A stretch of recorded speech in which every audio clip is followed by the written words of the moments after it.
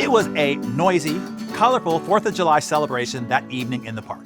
Everybody was enjoying the fireworks. Well, almost everybody, because at the edge of the crowd was standing a 5-year-old boy. He didn't jump at the bang and the boom of the exploding floral shells. He didn't ooh and ah as the others did, watching the magnificent rainbows of fire cascading into the night sky. His mother, Martha, was standing there with him, and she said to him, "Oh, isn't that beautiful?" But the boy had nothing. Suddenly anxious, Martha said, "You can see them, can't you?" But her son looked up with a searching gaze and then looked down again, shaking his head no. No, he could not see them.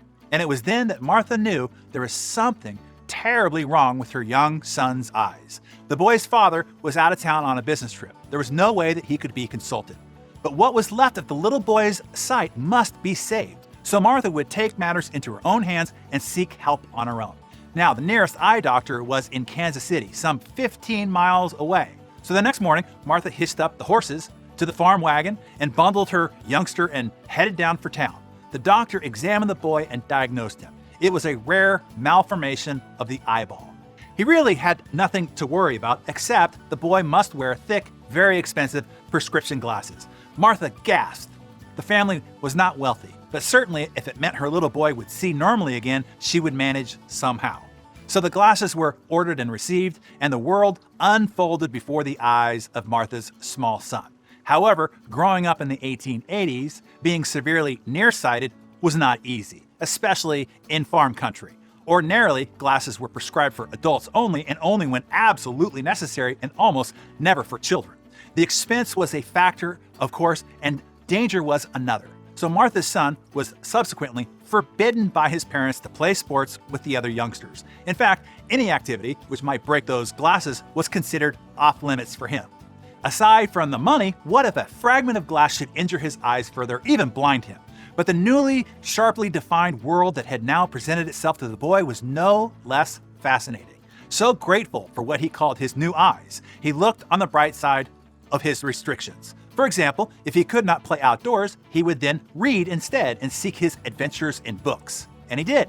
And particularly intriguing to him was the history and accounts of great men and their deeds, so intriguing that in time, he, the boy, aspired to greatness. And you might say it all began on the 4th of July, 1889, and with a pair of new eyes, because Martha's son, despite faulty eyesight, developed rare insight, as her son became what the world came to know as President Harry Truman.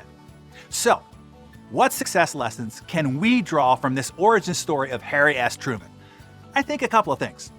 Number one is adversity can become your advantage. Truman's inability to participate in physical activities, like other children, led him to immerse himself in books, fostering a deep love for history and learning, which is later is what helped him ascend to the epicenter of global power, President of the United States of America.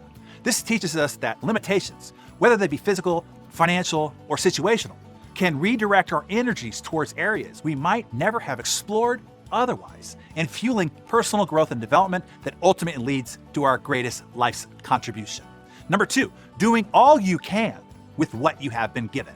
Despite his severe nearsightedness and the restrictions that imposed, Truman chose to focus on what he could do rather than what he couldn't. This self-responsible, positive perspective is essentially for anyone striving for success. Nothing will go as you originally conceive of it. You will always have to figure out how to make do with the situation or circumstances in which you have been dealt. So now, you tell us, what is an adversity from your past that became your advantage? Or tell us, what is a current negative situation that you need to take self-responsibility and gain a positive perspective and to figure out how to turn the situation to your advantage? Share either of those with us in the comments below. You're doing everything right. First one in, but the results, they don't match your effort. I've worked with thousands of high achievers just like you. And here's what I discovered. The harder that you work on a faulty internal operating system, the more exhausted you become, and further you drift from